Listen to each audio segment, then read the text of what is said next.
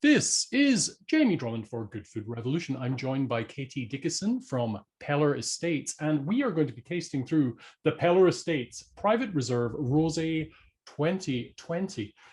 Very, very nice time of year for rosé. Not that there's a bad time, but this is tasting especially great today. Katie, tell us a little bit about this wine because you're quite happy with this one.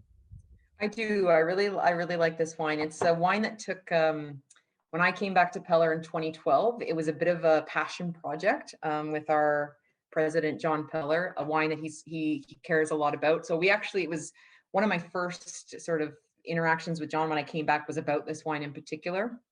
And at the time, we agreed we were going to go focus on Pinot Noir as a varietal, and it's been the foundation every year since. It fluctuates a fair bit between Pinot and Gamay from Right. a composition perspective, but this vintage in 2020 is about 90% Pinot, and then an even split 5% each of Meunier and Gamay Noir.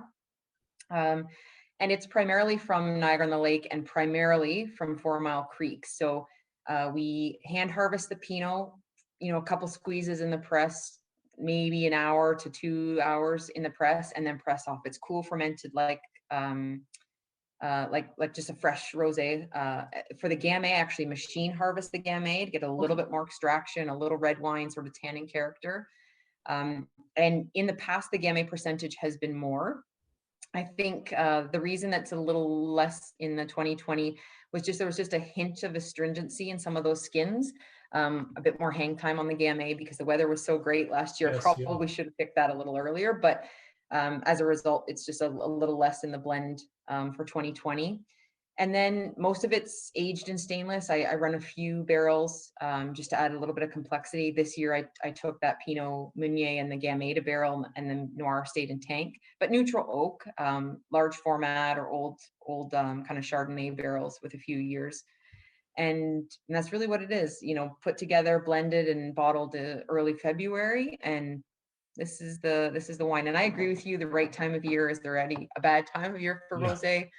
I don't know, but I think there's a really right time. And I am a person who likes to have rosé on the patio, like that cliche, that to Yeah. me for sure. I know. I mean, Um, especially with like the opening of lockdown and people getting outdoors on patios, this is your wine, ladies and gentlemen. This is good. What's the price point on that? Do you recall? it's 22, Okay. Yeah, yeah, yeah. yeah, 22.75.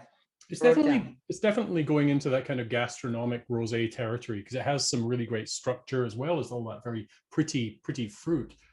That's a nice bottle of wine. Is this one of your favored vintages of this, do you think?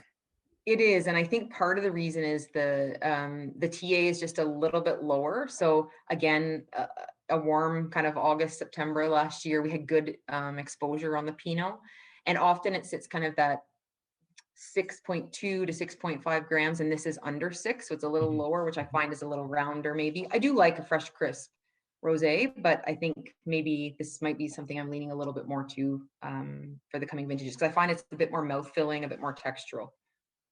Gorgeous wine. Katie Dickieson, thank you very much. We'll speak to you very soon for another tasting.